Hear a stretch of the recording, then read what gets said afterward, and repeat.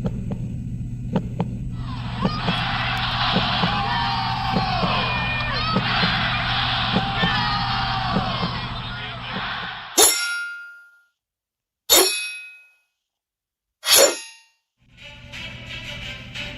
is Brian Meador from East Carolina University. You are listening to the Sports Objective, the official, unofficial podcast of the Pirates.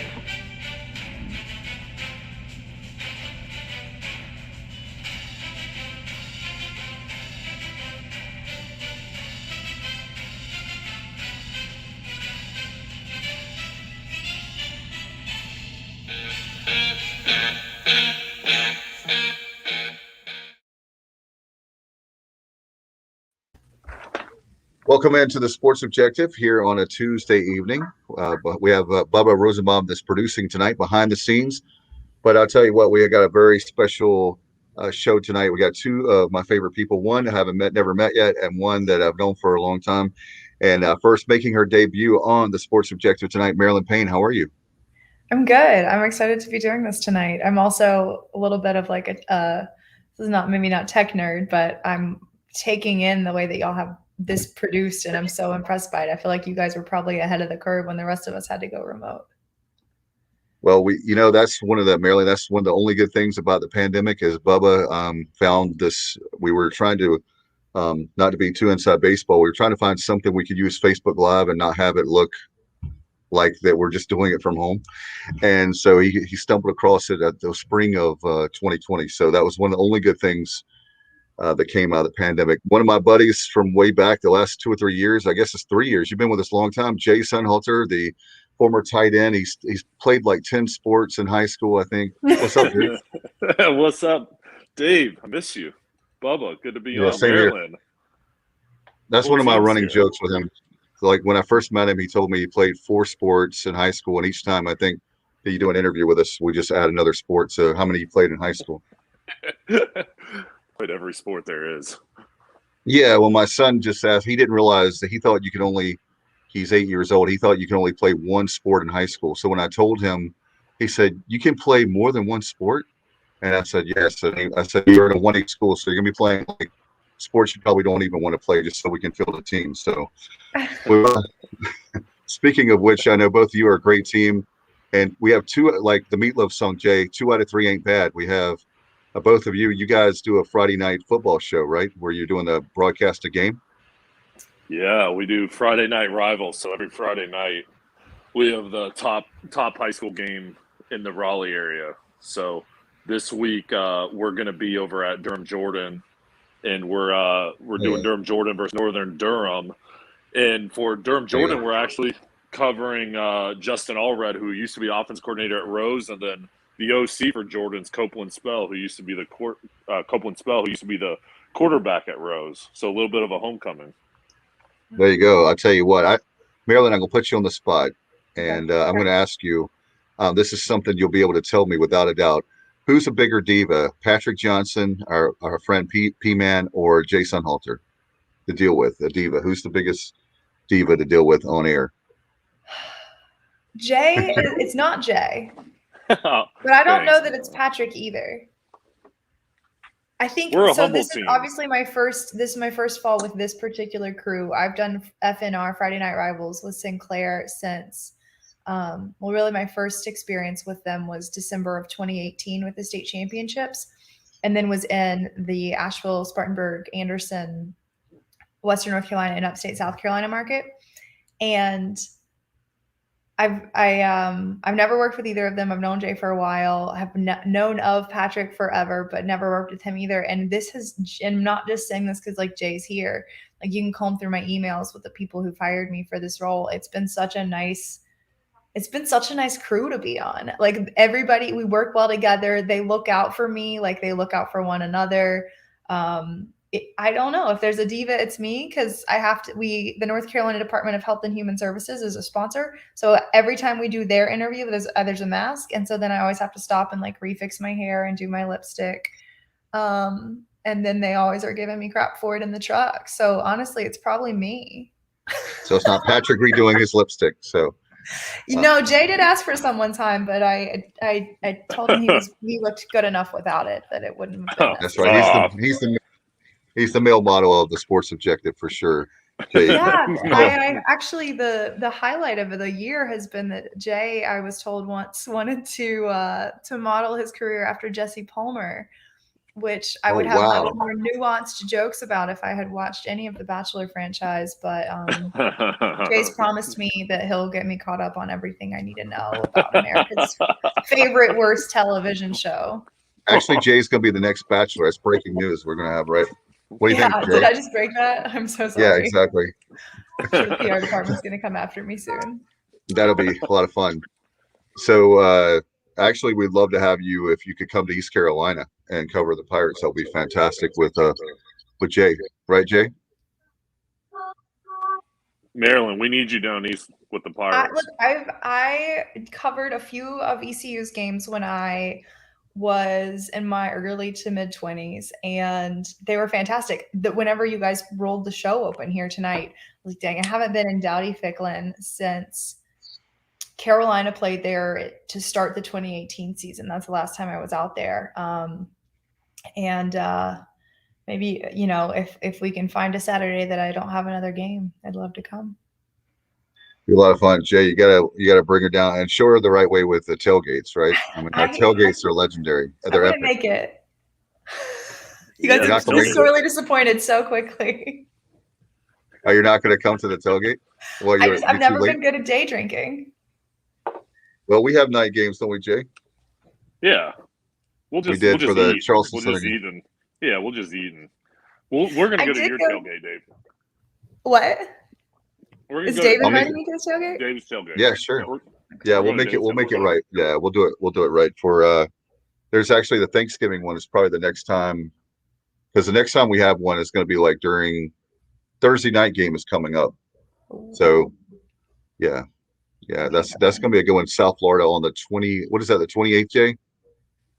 Yeah, on the 28th. Sounds right. Yep. Yeah, Thursday to 28th. So, yeah, you're always welcome anytime. I did go to the ECU semester kickoff concert a few years ago, and it was Eric Church was the performer, and he was fantastic. And actually Kid Rock opened for him, which was so funny and random. We obviously didn't know that when we bought the tickets. That would be the most fun that I've ever had out there, because I wasn't working, of course, so I could actually enjoy myself. And we snuck down onto the lawn seats because it rained and people stopped paying attention. And so that's maybe my rowdiest ECU memory, but even that's pretty, I keep it between the lines. Oh man, not Jay. Not Jay. Right, Jay? I'm of the impression no Pirates do. That's the whole point, right? That's right. What kind of music do you like while we have you on? What kind of music do you listen to? I'm really bad at music. I like a lot, but I'm not a huge go seeks new music person. I do really like country. I do really like hip hop. I hate to DJ. I hate the pressure of being asked to put a song on, because I don't want anyone to think my music taste sucks, because it kind of probably does. So I would just play all throwbacks or songs that kind of fall into a generic game day playlist or something like that. How about we had Jay Tiller? We had Parmalee here. Those guys are Pirates, and so they came and did a pregame for the Pirate Club, and then the Pirate Club section, and then at halftime they played 3 songs. It was kind of like a mini version of the Super Bowl, how they have they performers. But I've never seen that. I've been going to football games at ECU since 1986, and I've never seen that before. So that was a lot of fun. So I want to talk about where I discovered you was WRAL Sports Fan. That's where I became a huge fan of your work. You did a lot of great stuff there, and actually you guys were doing a lot of stuff video wise and doing things streaming way before a lot of us could even dream about streaming. I actually was in the same parking lot as you guys, but a different company, and we didn't spend the money that we should have, but that's a whole nother show, shall we say. But you guys did a tremendous job with all the stuff there. I know you got a lot of experience, a lot of talk about some of your favorite memories of sporting events you covered. Well, I graduated from Carolina 13 and freelanced in the Triangle my first year out of school, covering Duke and Carolina for the Rivals.com network, and then actually doing high school football at the time with what was Time Warner Cable. Right. And I never really wanted to do on-air TV only, especially at the local level, because I believe sports fans go places like here or Rivals or just .com or to sports networks. But I did do 1 year of only local TV in Charlottesville, Virginia. And Jeff Gravely was so kind to mentor me and to like meet me. And so he kind of explained the role at the time, which had been Aaron Summers' role. But they wanted to make it a lot more reporting. They wanted to make it a lot more writing. They wanted to make it kind of somebody who could do a little bit of a utility player thing. So it ended up being the perfect fit for me because I wanted to write. I wanted to do TV. I wanted to do a little bit of radio here and there and digital video. So really, like, my first best memory of that job is that job was everything. And that, exactly as you said, we did things differently than every other local television station really in the country with sports. Nick Stevens and High School OT were beginning to do the live stream, like a Red Zone type Friday night thing, which was just insane. And so to see local television, again, at the time, prioritize sports at the level that they did was such an encouraging, such a validating, such a optimistic place to be. And so that was like the dream attitude to have about sports, and with, of course, the radio station there and that. Things pivoted quite significantly when there were some changes within the company, and you saw a little bit less of that on a pretty aggressive rate change. So when I talk about like what I loved about that job and what I gained most personally, though, it was what it's like to be in that environment where people really prioritize sports the way that they did. I got to cover ECU. I got to color Wake. Of course, got to cover the whole Triangle. If I pitched it, initially they said yes to everybody on our team throwing any story idea out there. And so that really too was the first time I ever got introduced to ECU and the fan base. When Zay Jones was still out there and had broke the national record for receptions in a career, I got to go down there, and they let me cover that individually, which was fantastic. But then, of course, you get to do Duke Carolina, you get to do ACC football championship games, because Carolina went my first year, and 2 national championships in men's basketball. I mean, I interned at ABC 11 and TVD as a student. And so their videographer is named Charlie Mickens, and Charlie is a legend, and he is fantastic. And he taught me a lot. Like, I mean, I didn't wear any makeup in college, and he was shooting stand-ups, and they were the worst stand-ups in the world. And he was like, next time maybe wear a blazer instead of a t-shirt. Like, that's how young and clueless I was when he got me. And after Chris Jenkins, so fast forward 8 years or 7, whatever it was, hits the shot to beat North Carolina in the national championship, Charlie was the first person to speak to me standing in line for the locker room, because nobody could speak. Like, we were all just looking at one another. We've been covering this team with like 8 consecutive 9 p.m. or later tip-offs. And he goes, so what do you think of what you just saw there, Marilyn? And I couldn't say anything for a long time, or what felt like a long time. It was probably 10 seconds. And I finally went, I will never watch a more impressive basketball game in my life. And that's really the big moment. But I think that job will be hard to beat for the rest of my life because of the way the company was when I got there in 2015.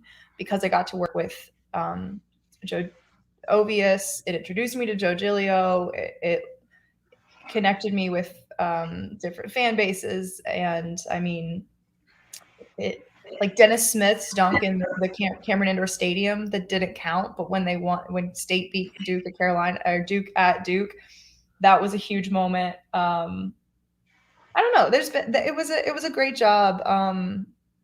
It was a great job, and I grew so much in my understanding of so many things. But yeah, anyways, that's way more on that probably than you really wanted. No, that's fine. That's fine. Jay, I believe that the guy that's holding out for more money tonight, I think we have a NIL deal we were supposed to do with Patrick Johnson. He's holding out until we did so. Do you guys have a favorite Patrick Johnson P-Man story that y'all can tell? Well, I wish he was on with us, and I know he's enjoying some vacation right now. So he is relaxing. He's relaxing and enjoying some time by the coast. Boy, I'll tell you, we had a lot of fun this year. We've had a lot of fun this year with the P-Man, right, Marilyn? We did. I think. Oh, I don't have. Whenever this was maybe, gosh, Jay, you've known him. I mean, you know his personality so much better, obviously, than I do. We got to Wakefield, though. Dave, you talk, before we really started here about the number of sports Jay played. We got to go back to Wakefield for Jay's homecoming a couple of weeks ago, and Jay's on the phone doing his full-time job while we are kind of like running over game stuff and prepping, and Patrick just looks at me and goes, "We made a huge mistake." I was like, what happened? And he goes, "We didn't get an old yearbook picture of Jay." And it was just like the most, because Patrick is always he's always thought of something, or he's always, he's got it covered. And there was just this complete moment of being like, we missed it. We missed the perfect opportunity. That's really probably my favorite moment, was just seeing him be like totally mad at himself a little bit. I would have given you guys my yearbook picture. I would have totally given it to y'all. I mean, we were there though. It was like too late, basically. Can I tell you a funny story? He'll kill me for telling the story, but my recent favorite Patrick Johnson story is he's doing I felt bad for him. He's doing a live broadcast at the stadium. And hopefully I don't lose a media credential or anything for telling the story. But anyway, I'm kidding. I know the folks at ECU should be okay. But what happened is somebody from the station that he works parked the van in a spot they should have not parked. He's doing a live pregame show there at the stadium right as you walk into the stadium. And you see the P-Man running after. There's the van, and they're towing the van away. And there's P-Man. Does anybody have the keys? And one of my favorite, he's going to kill me. But that's what happens, P-Man. You got to come on the show. So defend yourself. But yeah, that was back in the South. Hey, Jay, that was a South Carolina game, if my memory serves me right. So the set back on September 11th. And I felt bad for him because that spot is reserved for people that have probably been like rich donors since the 50s or 60s, I guess, for the Pirate Club. They're like the paved spots literally right behind the stadium, and somebody made the mistake of parking there. So love you, P-Man. I might have a friend left in Patrick Johnson by the end of the show. We'll see. But that's my favorite Patrick Johnson story of recent times that I can think of. What's your best Jay Sonnhalter story?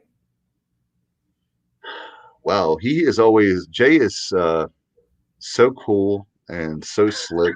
Like he's like Mr. G. He's like person who would say one bad thing about Jay. No, he's like Mr. Smooth, like Mr. GQ, always polite. No doubt he makes a lot of bank when he does sales, and of course all his money at ESPN. But I can't think of any. There's nothing that really stands out that I can think of because he's always. No way that's true. I mean, the first part's probably true, but that you can't come up with a story, I'm not buying it. I love you, Dave. Check's in the mail, he says. Yeah, exactly. He has a lot of. I love you too, Marilyn. I love both of you. No, I really, honestly, I'll try to think of something, but right now I can't think of anything offhand. Jay, how much are you paying me? No, I can't. I don't want to. Supposed to be a text, I think. Yeah, exactly. So do you have any I wanted to ask you some college football questions, maybe generalities. How do you feel about name, image, likeness is something that we've been dealing with since July? Want to get your thoughts on that. And Jay, you being the former athlete after Maryland, ladies first, I want to get your take on that. You say ladies first, and I think that's a great way to get into kind of answering it, I think there was this perception or this fear among generalized surface level sports fans that this would result in the rich getting richer, right? That of course your college quarterback who's also going to be taken in the NFL draft and all, the skill position players and star defensive, athletes, either your, high level draft pick ends or cornerbacks or whoever, that these guys it would just be more love for them and more love for, your point guards and your bigs and your starting five. And I think the fantastic thing about it, and what I hoped that we would see immediately, was that these, so many, I think it's great for small companies because you've got these hyper local barbecue joints in the Midwest that are sponsoring entire offensive lines.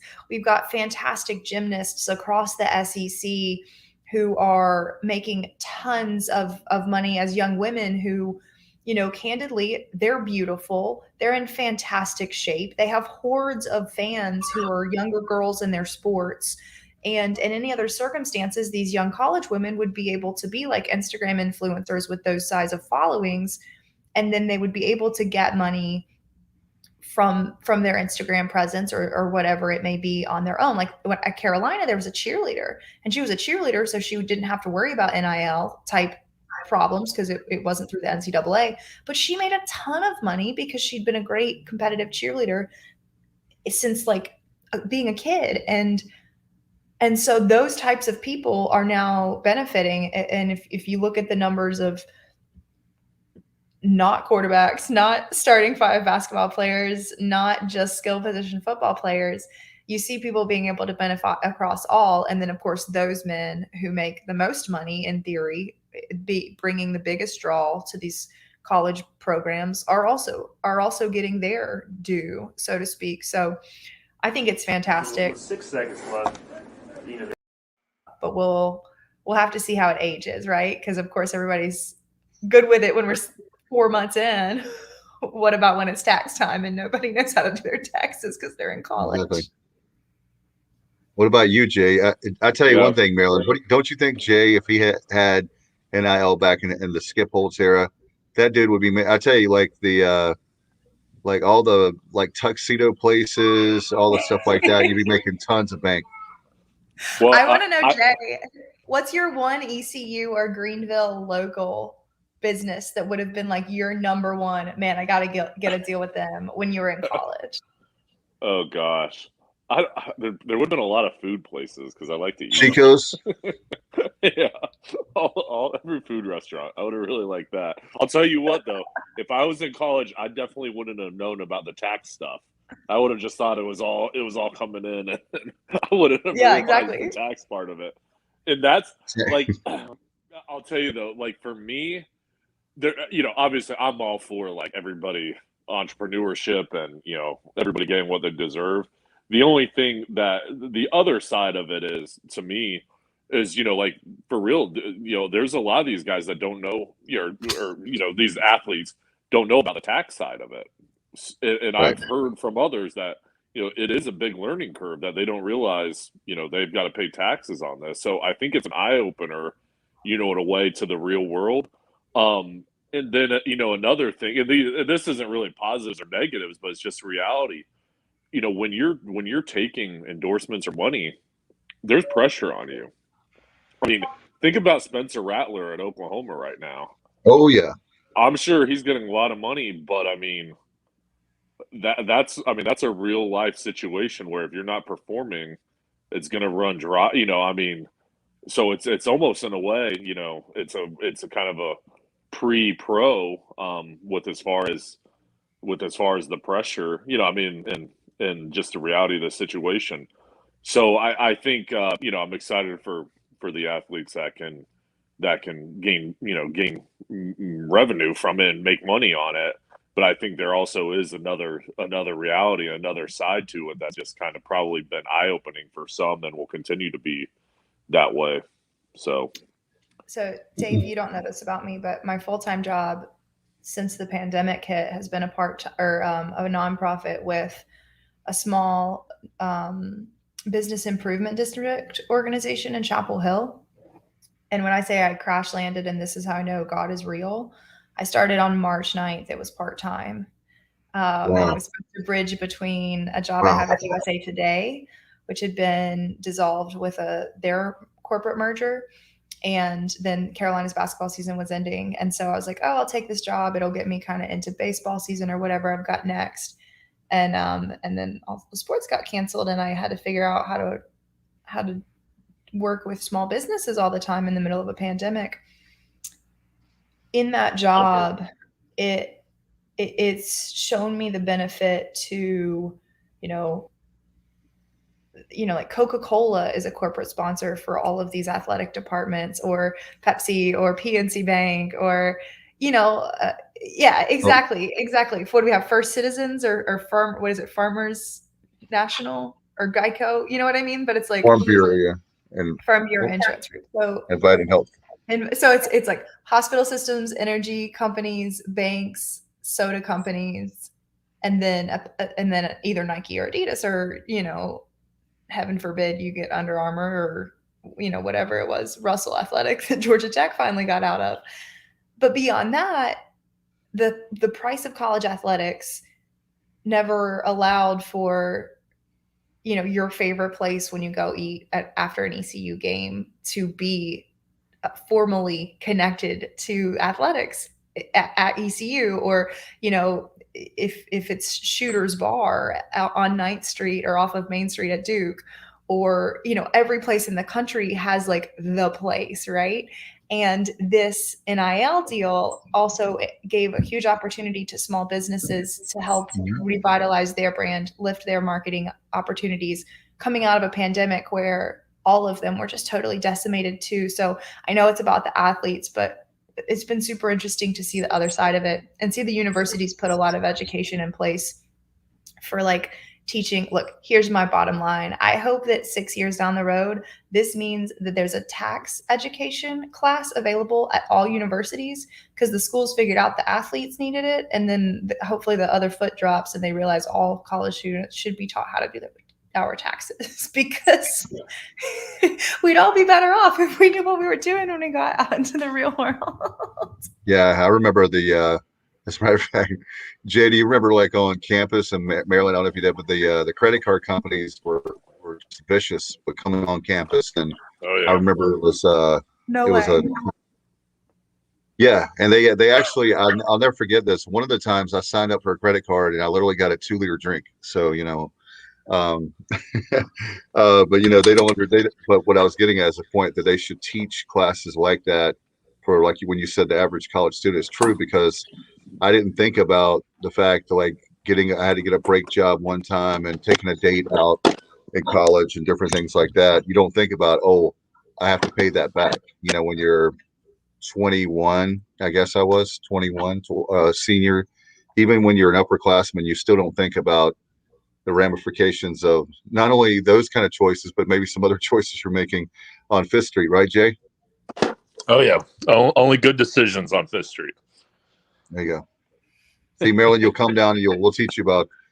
Hey, Jay, what about Sup Dogs? I think Marilyn would like Sup Dogs. We have one. That's one of our businesses. So there's one on Franklin Street. Yeah. And they were never open when I was in school. But yeah, their owner is one of my favorite people of the owners that we work with. He gets it. He gets college branding in a college town. That's for sure. He's getting people like, where are these celebrities? But I know the one, y'all's is way better, is what I've always been told. It's incredible, the stuff. Yeah, they have like concerts, and especially, Jay, was it pre-pandemic? I mean, they'll have like Lil Jon and different people come down. And you're like, where do they get these people from? Like, he's got serious bank to have Lil Jon come in and do a little, like an hour-long set concert, like something like that. But yeah, they have like everybody. Yeah, that's probably wouldn't you say, Jay? That's probably the hottest place downtown for college kids, and those of us that wish we were still in college. Yeah, that's always a good one. I mean, 519 is always good. That's later on though, at night. Sup Dogs is good to eat.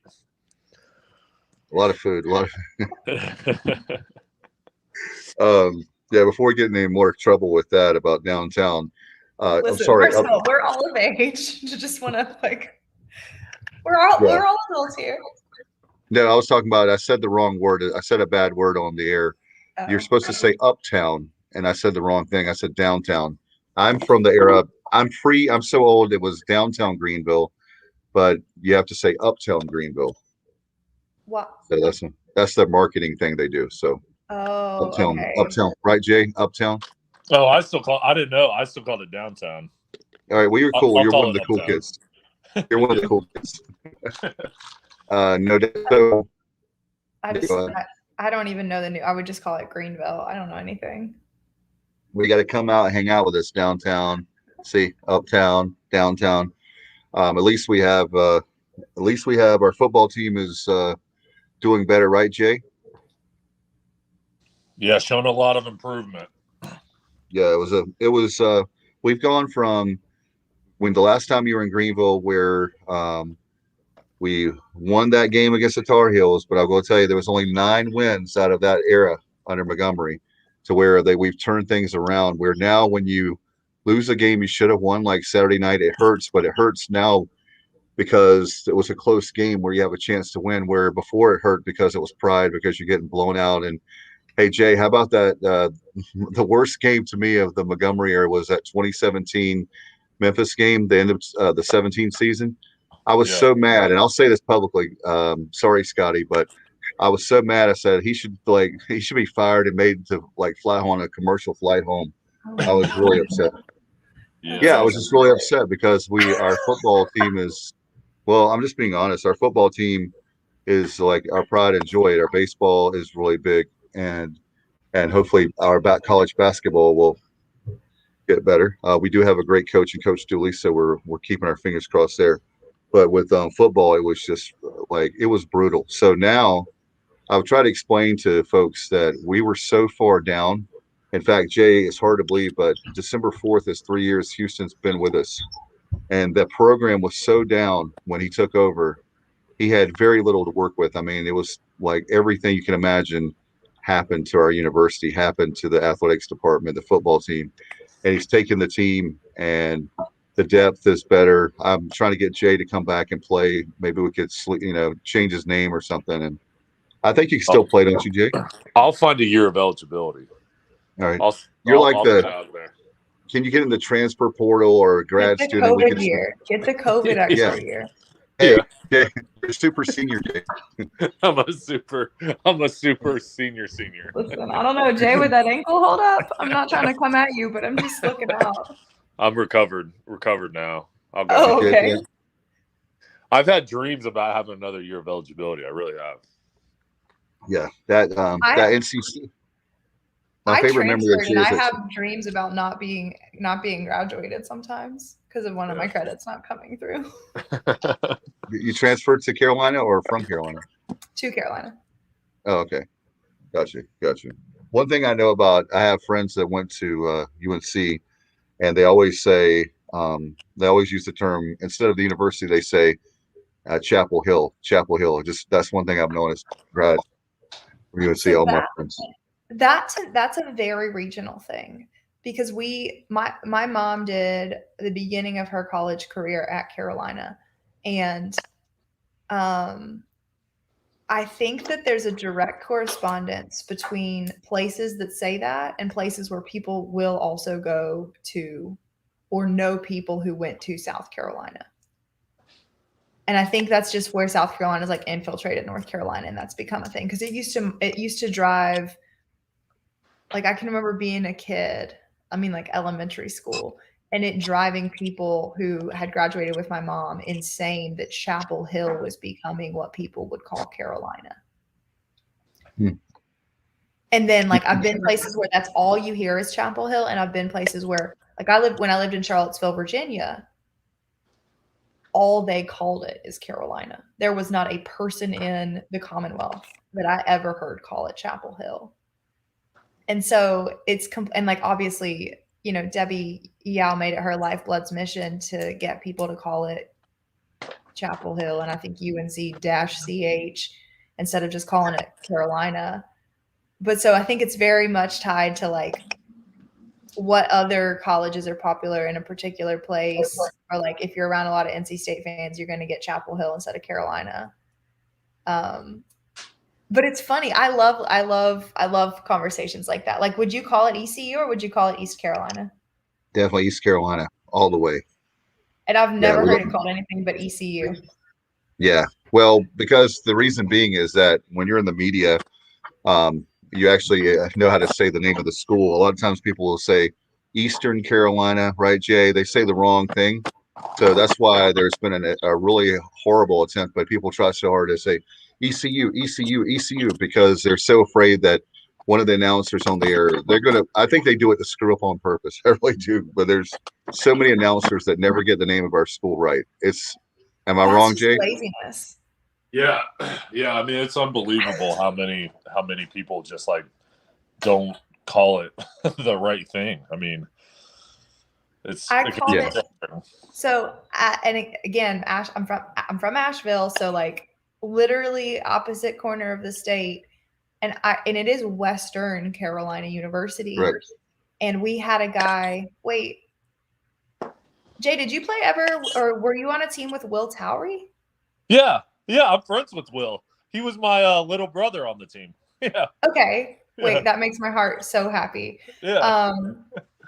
Will Towery went to my high school, and he was part of a class where they had a lot of guys going to play D1 or, at least high level D2. I mean, they were really good. They should have won a state championship. But when Will committed to ECU, that's when I learned. But like, I was like, oh, Eastern Carolina, because it's Western Carolina and they're the same colors.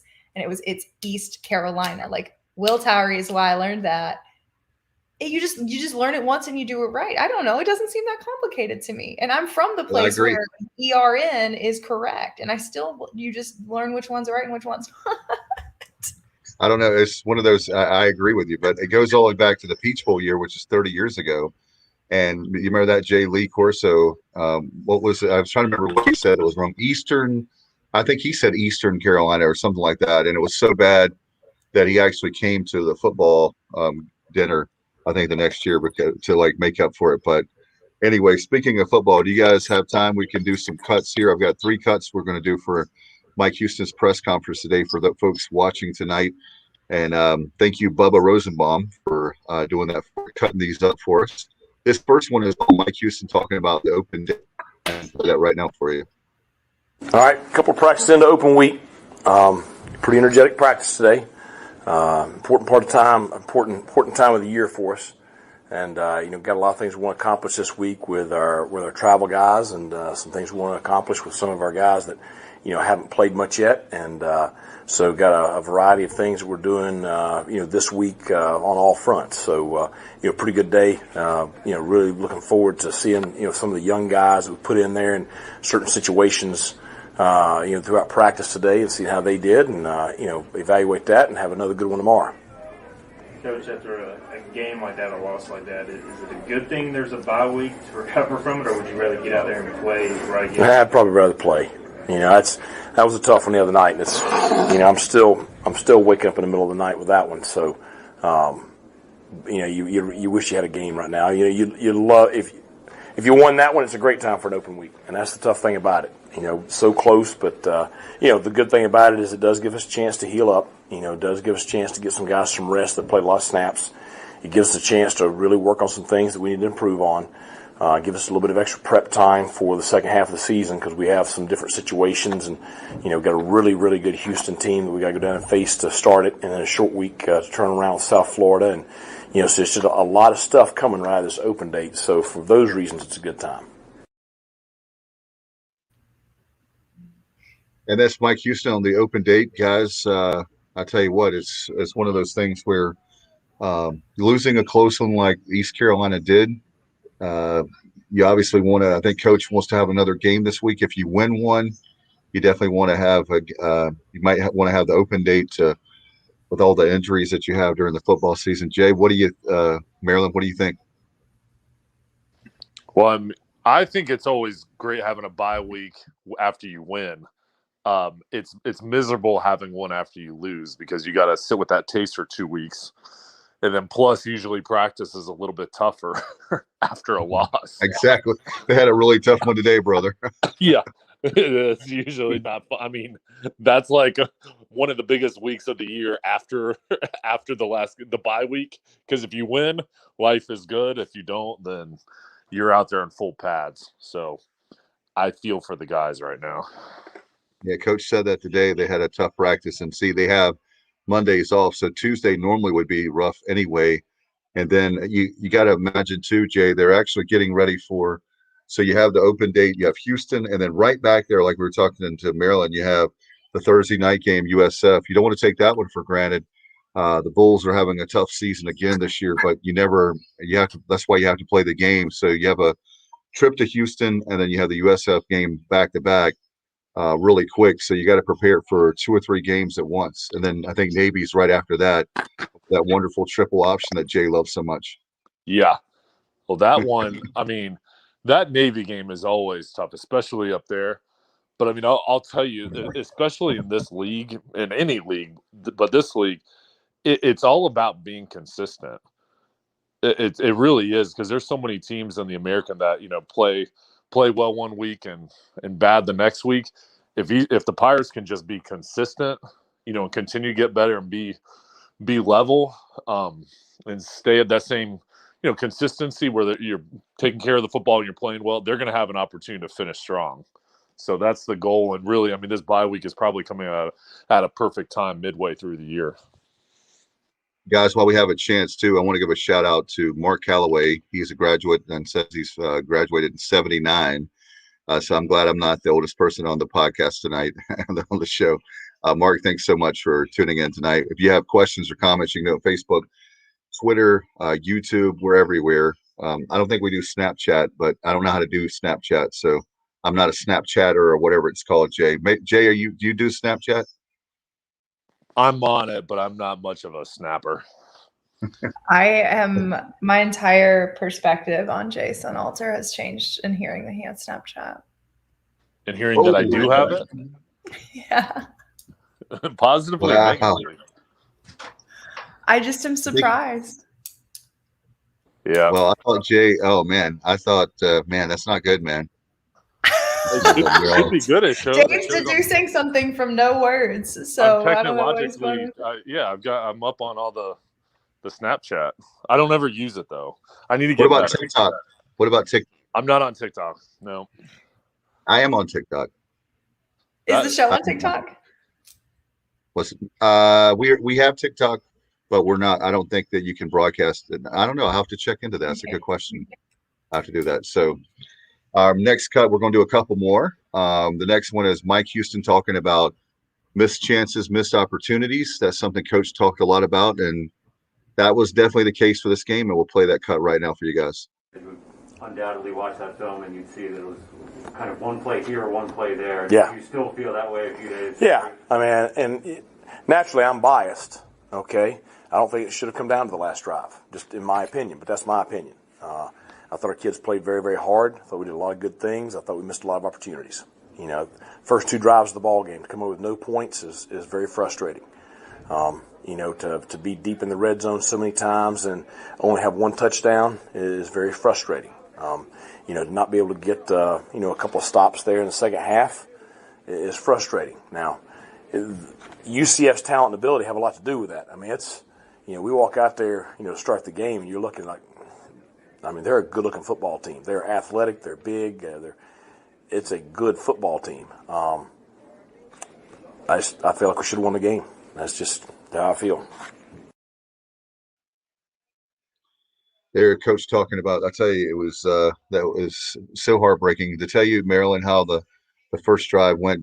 We our star running back Keaton Mitchell fumbles. What was Jay at the 8-yard line? So you have a situation where. The first 2 drives, you go all the way down to the red zone. You have no points, and that's something that this team is struggled with on Saturday night overall. And when you have a chance to beat a team like UCF on the road in Orlando, home of Disney World, and you have a chance to beat them, they've had our number here for going all the way back to, I believe, the last time we beat them was was it 2015? I think it's been.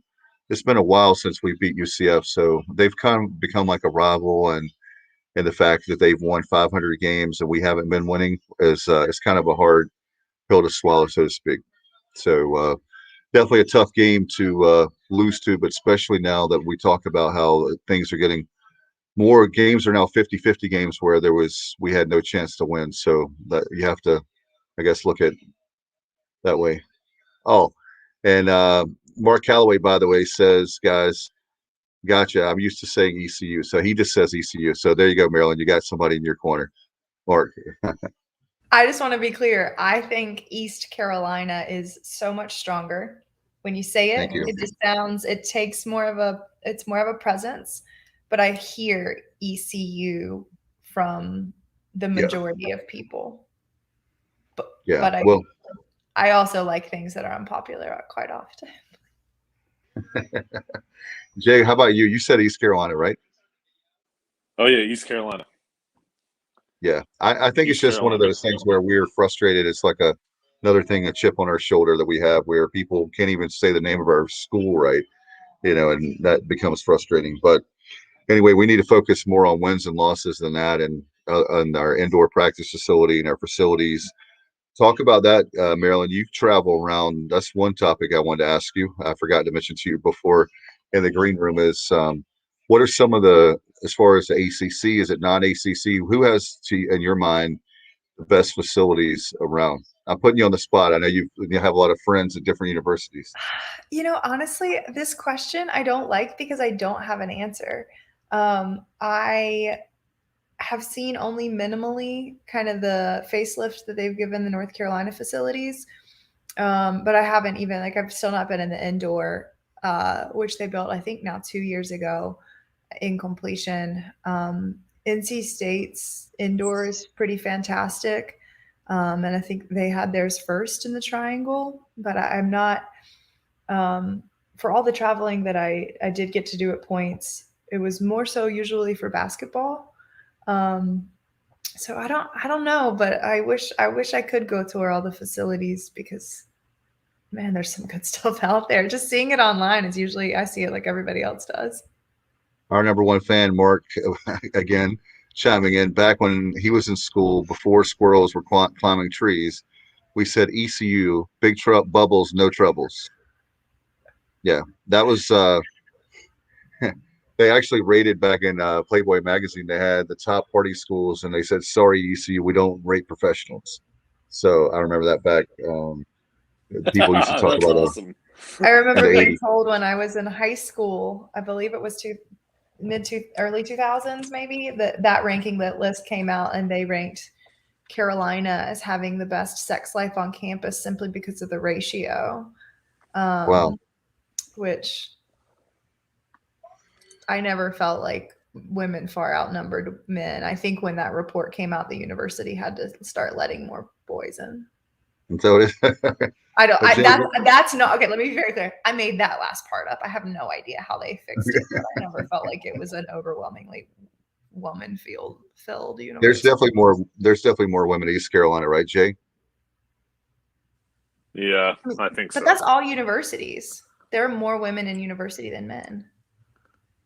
That's true. Mark is even saying good memories. So, Mark, thank you for tuning in tonight on YouTube. So, appreciate him very much. I'll tell you what, Mark, you could definitely tell some stories about Fifth Street, about the attic, about the elbow room. There's a lot of famous clubs that don't exist anymore, which is really sad because Fifth, you have Franklin Street, you have Hillsborough Street, you have 9th Street, and Fifth Street used to be like that, like that was the place. And unfortunately, don't get me started on that. That's another show. But unfortunately, there's people that don't want Fifth Street to be like the street for bars and all that. But anyway, that's a whole nother show, as they say. But we're very excited to have you guys on. What game do you have coming up? I guess that will be Friday night, right? Yeah, we are staying. I accidentally live in Durham. And we're staying here, so I get the shortest drive of the crew for the one time this season. So you're in Durham, okay? Yeah, I'm right by the Bulls Stadium, which is why it feels less Durham-y than it would elsewhere in downtown. But I I moved in the pandemic, and this is where I landed. So, yeah, I was bemoaning this to Jay earlier today. What about Durham? You don't like Durham? It's just not. I'm not Durham. I don't fit in here. You don't fit in there? It's a little slower than I like. Really?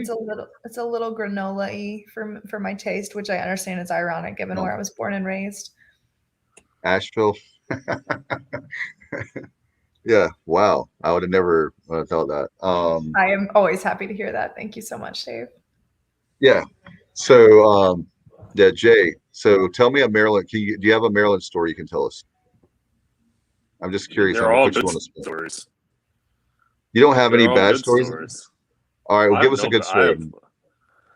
I just enjoyed the fact I enjoy the fact that every week we get to do a game together, and the teamwork and the preparation that we get to do, but really just the relationships you build. And Marilyn's such a great person. She's awesome on air and so talented, but she's an even better person. I thought there's only one story that he could have come with, and I thought that's it. What was that? Tell us that one. Tell us that one. It was sitting on a tee for you, but I appreciate the compliment instead. So you're not going to tell on yourself? Is there like a story, like a blooper or anything? No. No, if Jay's not going to, I don't know. I mean, I wasn't even thinking about that. That's we had a bet on Friday night. We had a bet on Friday night, Dave, and I thought I lost it. And then, but I wouldn't make it because I knew I don't make bets because I lose. But Jay was like, "You're probably right. Let's bet on it." And then I didn't take the bet. And you could have won. We were talking about where a kid committed to school and what position he was playing. I was dead wrong. Oh, you were wrong. Okay. I was dead wrong. But so here's the thing. It was about there were two members of the offensive line who one's going to Elon and one is probably going to Campbell. And so I knew that on my depth chart, the center, beneath the center's name, I had written the word Elon. I knew the center, according to my depth chart, was going to Elon. And Jay was like, "You got those backwards.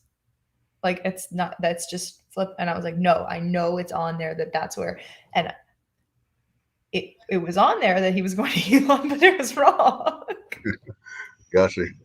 I do have a question for you. How do you feel having the first season without Roy Williams as head coach at Carolina? Ooh. You mentioned ECU's baseball program, and I actually did cover some of Cliff Godwin's teams in the postseason, in particular when I was with WRAL, and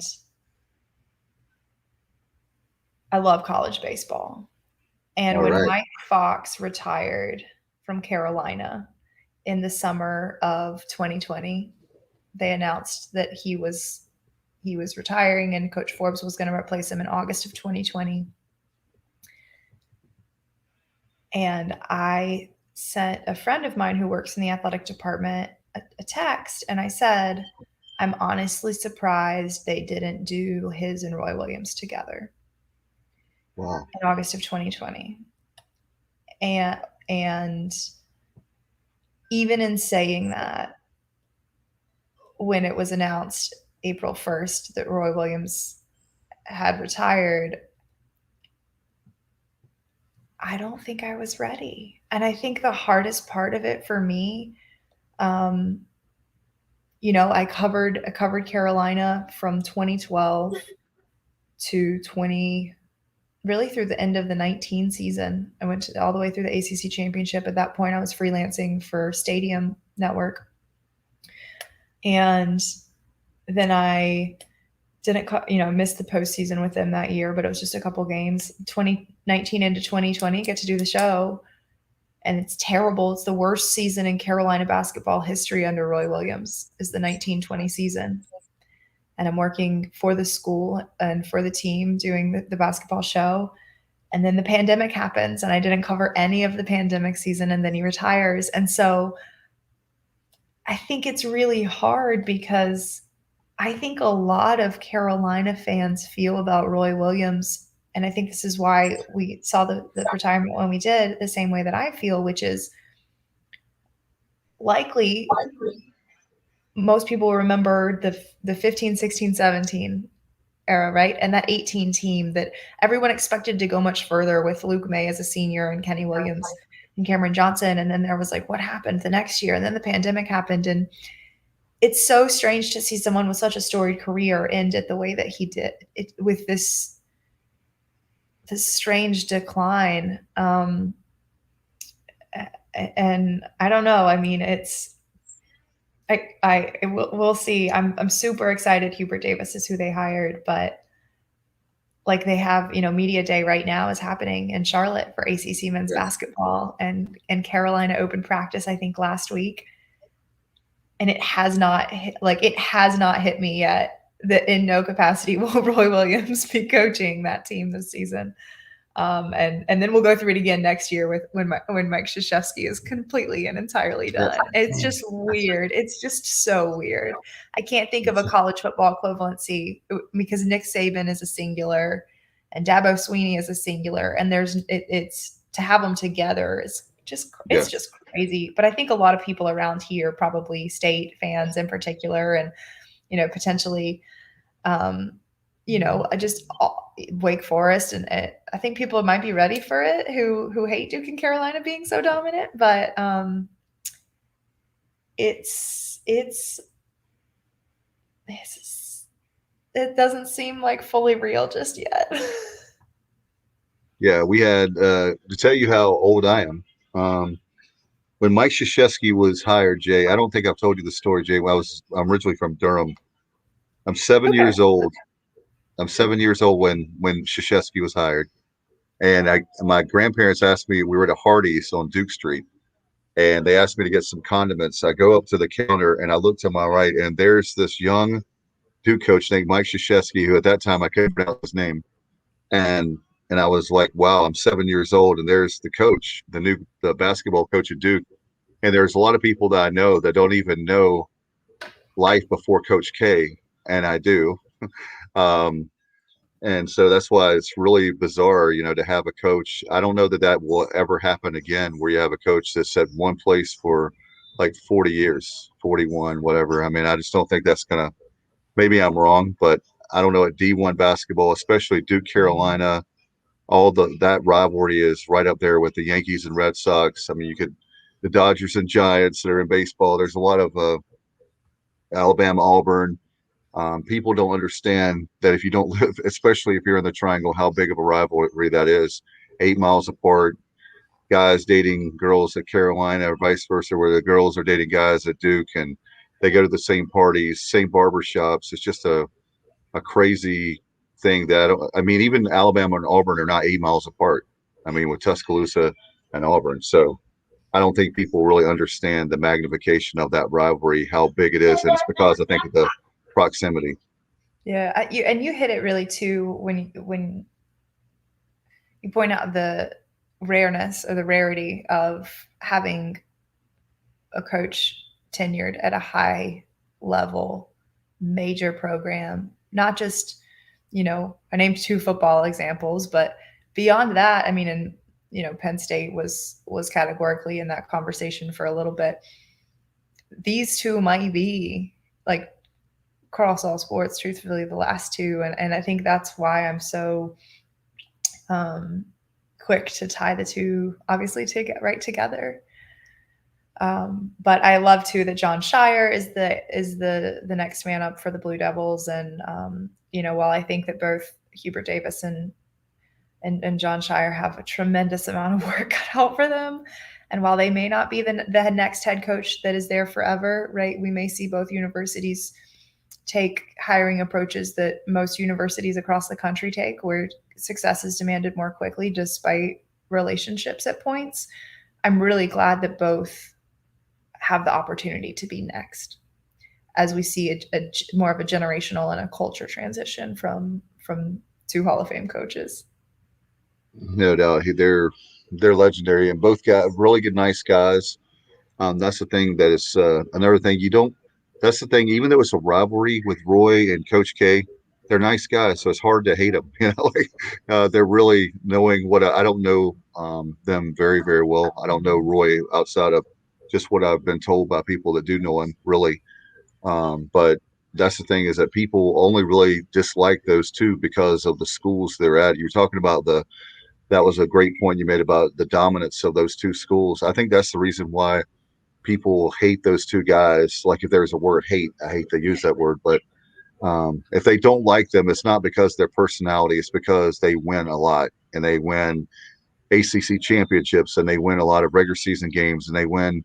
If you think about the other ACC schools, there's not many. If you take Duke, North Carolina, and of course NC State, especially way back in the day before my time, those three schools dominated the ACC for so long, and I think that's one thing that's going to, you don't know. You're right. I would hate to be more power to Hubert Davis, more power to John Shire, but I'm glad I'm not that guy.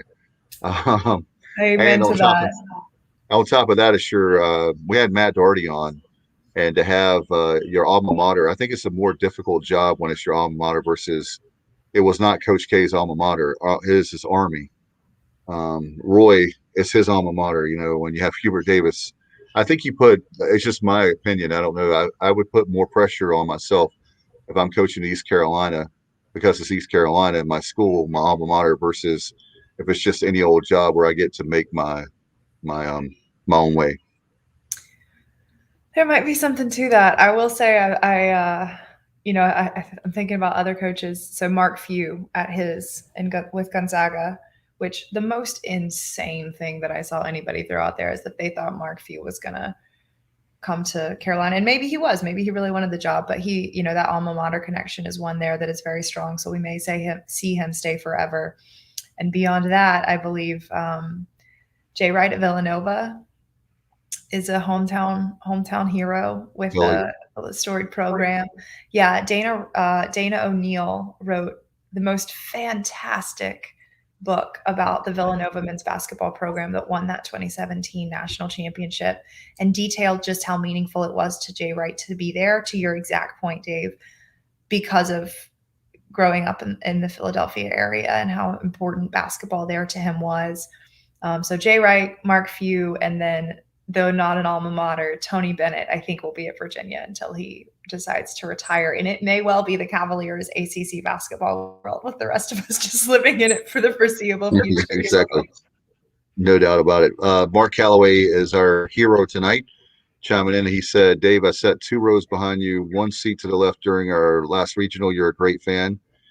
Well, thank you, Mark. Yeah, I'm one of these people. I guess I could ask Jay. I've never been to a game with Jay, so I don't know. But do you guys cheer really loud, or you just kind of like sit on your hands and you're not very into it? So to me, I feel like if I'm watching a game at home or if I'm at the game, I'm going to be very, very loud. Now, if I'm covering the game, that's a totally different game. But if I'm there as a fan watching my team, I'm going to be pulling really hard for my team. I'm pretty well. I really haven't been. Gosh, I haven't been to a game. You're always covering ECU. Yeah, I'm usually. I'm pretty. I guess I would say I'm quiet just because. I kind of am watching kind of the plays, and I guess I'm not even really pulling. I'm trying to see what's going on, and as far as the plays and what the defense is doing. But I'm usually pretty quiet. I'm actually probably louder at home by myself. Is that opposite? No, I don't know the last time I went to a sporting event, any level, any sport, where I cheered. Wow. So you're always covering the game. Yeah, I mean, I've always really wanted to live in a pro sports city so that I could have a set of teams that I don't cover and don't, really aspire necessarily to cover, where I can just be like insane. I like hockey because I don't care about hockey 1 ounce. And so it's my favorite sport to go drink at because I don't pay any attention to what's happening on the ice. When they score, everyone screams, people are rowdy, super fun. And I don't know the rules really. I learned them at one point and they quickly just evaporated from my brain. But I say I'm bad at tailgating. So I transferred, sorry to all of the Pirates fans. I transferred to Carolina from Appalachian State. And that's another one. I've recently made new friends who also went there and they call it Appalachian. And I always call it App State. And so now I've just combined it. But I went back to App my senior year of college because nobody at Carolina cared about football. And football's always been my favorite sport forever. And I wanted to go to a football game in a football environment. So I went and I tailgated and we told everybody it was my 21st birthday weekend because it was. And I had a guy that also went to my high school playing linebacker at App at the time, and he made a huge play very close to the end of the second quarter. And I missed it because I was enjoying the game too much. And then I started crying, so I left because I couldn't pay attention to the football game. So, it's that's the last time I went to a football game as a fan. Wow, you need to go. Hey, Jay, she needs to come and be an East Carolina fan, right? But I have to be able. You need to come to a game. Mark, It was Mark, right? Who said that you were a great fan, Dave? Yeah, but here's another thing. But I'm a great fan. I wouldn't be Mark Calloway. I would not be a pleasing fan for Mark Calloway to be by. Because he says this girl's paying too much attention. Oh, I took my granddaddy to this is the last game I cheered at. I took my granddaddy at 89 years old to a Carolina baseball game in 2019 when they were hosting a regional. And he's a huge Carolina baseball fan and he'd never been. By the way, Appalachian State is down 20-3 right now. Louisiana. That game is tomorrow, so thank you for that update. Not a good look, but I guess go Raging Cajuns. There you go. So you're not gonna pull for Appalachian State? I usually do, yeah. But it's very. I used to say that. Hold on, hopefully somebody out there will appreciate this. I said this already in front of Jay, so pretend it's a new joke. I used to tell people that App State was my football school and Carolina was my school, and then Carolina managed to somehow mess up both ends of the joke. Oh man. Well, and that's another thing too. What's the fan base like right now with the whole situation with being like a top 10 preseason team and now losing again to Florida State? Not to try to bring up that, but listen. I have always been like my friends, people who know me well, like there's a portion of the internet that thought I went to NC State because of how aggressively I would cover Carolina at portions and how like much I openly like loved covering Dave Doran when he was in a good mood and like love Elliott Avent and the baseball program there. And I would always cover Carolina pretty harshly, but not from a harsh perspective. They got way overhyped. They got way overhyped this preseason because they returned no offensive line, and you cannot have a Heisman legitimate campaign with inexperience on the line. You just can't. And to also lose all the running backs or all the ground yards, it didn't make sense to me that they were ever in the position they were in preseason rankings. Losing to Florida State is the Mac Brown curse, I suppose, at this point. But yeah, like he can't beat his alma mater, so that's not even a piece of the assessment. They just got way overhyped. Yeah, 0-10. It's hard to believe that he's lost 10 times to Florida State. You thought this would probably be the year, but that's the thing is that you're right about that. I think Mac Brown, because there's so much respect for Mac Brown, they have a lot of great coaches he's brought in. They've actually, I think Carolina has actually put a lot of emphasis on the football program again. I think with the hire, I think it's insane. What was it? Fedora got like $14 million or something, like a buyout. It was something obscene. I don't remember what amount of money. I would buy an island. How about you, Jay? If I got a buyout, hey, I want to be the worst coach. Not really. But if I was the worst coach in East Carolina history, I want to have like about a $10 million buyout, and then I will invite Jay and Marilyn down to the island, and we'll just have a great like weekend, 2 weeks on the private island. What do you think, Jay? Yeah, we'll do that. And then I'll get a boat. We got to get a boat too, so we can. I'm all in on the boat. Pontoon. We were just saying today that Jay and I both are ready for a vacation. There you go. Yep. We'll go on the island. We need a vacation. We'll plan. All three of us need to plan one. Patrick Johnson, are you listening? They need a vacation. So we're going to put you on the spot. Who wins on Friday night with Jordan? And I would have gone to Northern at the time because there was no I'm so old, there was no Riverside in Durham. If it were now that I'm really in the Riverside district where I grew up. But anyway, what do you guys think? Is it going to be Jordan or Northern? I don't even know about really anything about the program, so you know more than I do. Who's going to win Friday night? Well, off of records, Jordan's 3-3 and Northern is 1-5. So I think the records and even the teams that those wins and losses are against favor the home team Falcons a little bit.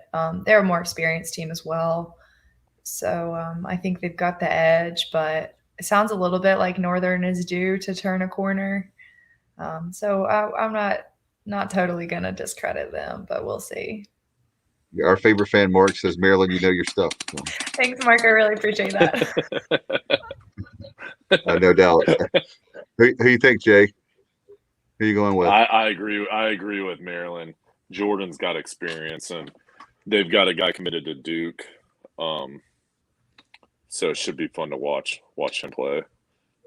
No doubt. One of my favorite coaches was Cutcliffe. I love David Cutcliffe. I think he's fantastic. And they've kind of had a little bit of a dip. I think the pandemic hurt them really bad.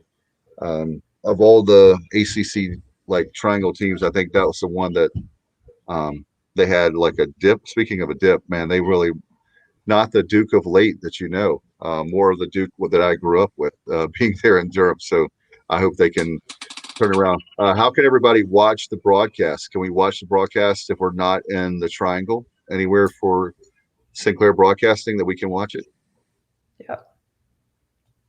Yep. So it streams live every week at 7 p.m. mydctv.com/watch.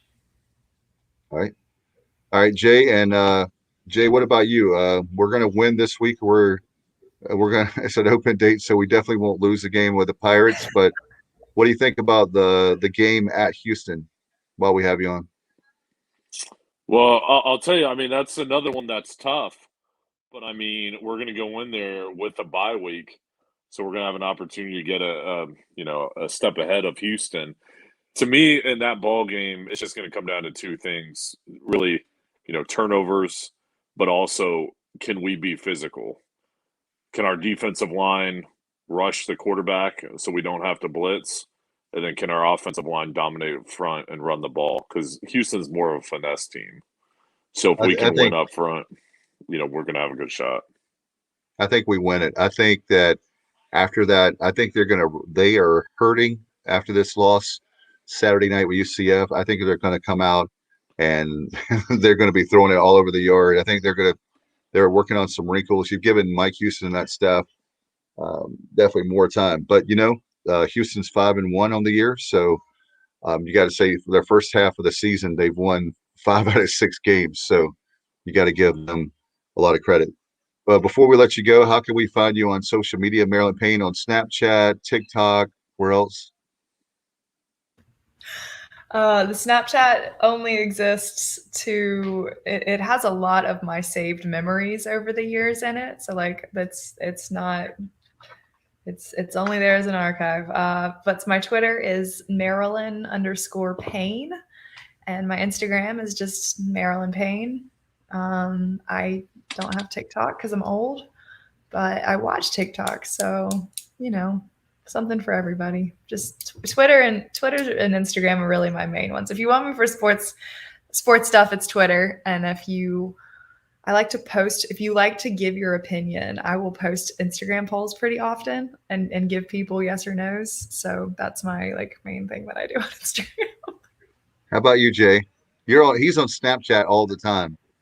That must be the only social media he's active on, because I don't think Jay really does anything actively on social. I know. I need to get better. It's too busy. I don't even know my Snapchat name. Let's see. Let's look, guys. I think it's Jay Sonny91. There you go. Also, Jay Sonny. That's your. I feel like I'm jealous he has the same handle on Twitter and Instagram. Yeah, that's my Twitter and Instagram. I think I'm just Jay Sonnhalter on Snapchat. By the way, no, Jay Sonny. His real name. That's it. Yeah, his real name is Jay Sonnhalter. So we always talk about that.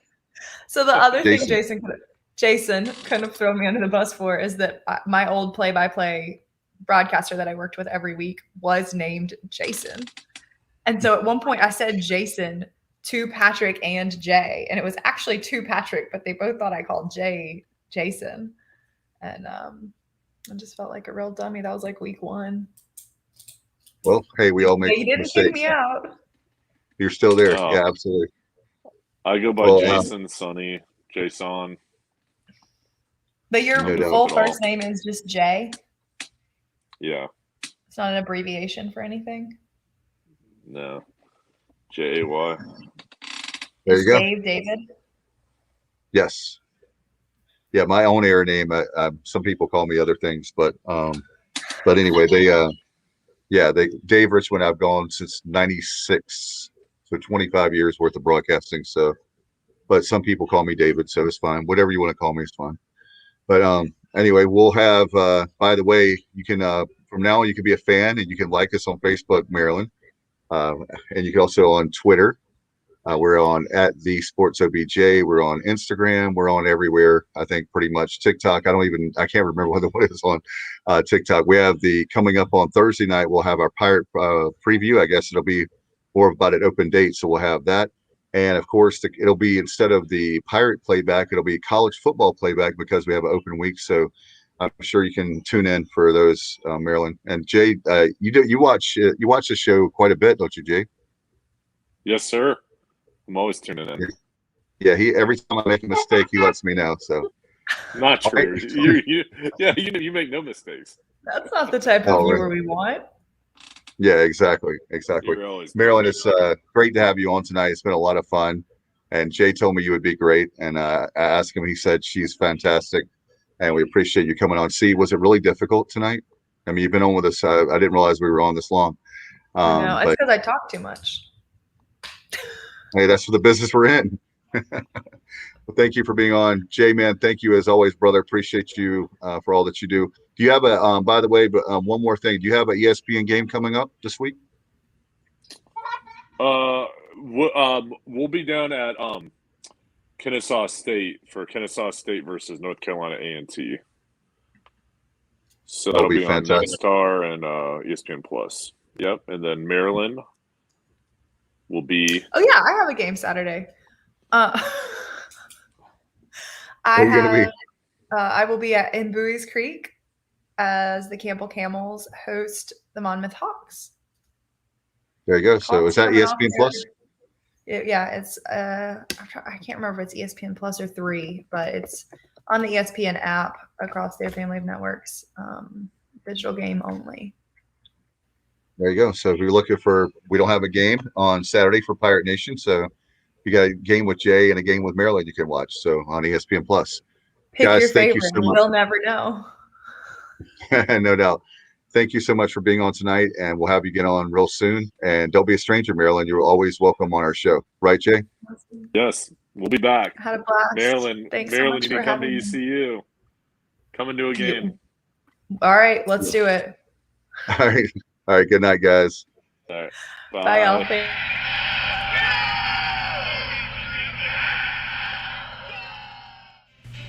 Yo, what's going on, y'all? This is Udon Cheek, assistant track and field coach at East Carolina University. You are plugged into the Sports Objective Podcast. If you are a fan, you are plugged into the right place. And if you're really a fan, you will share that link.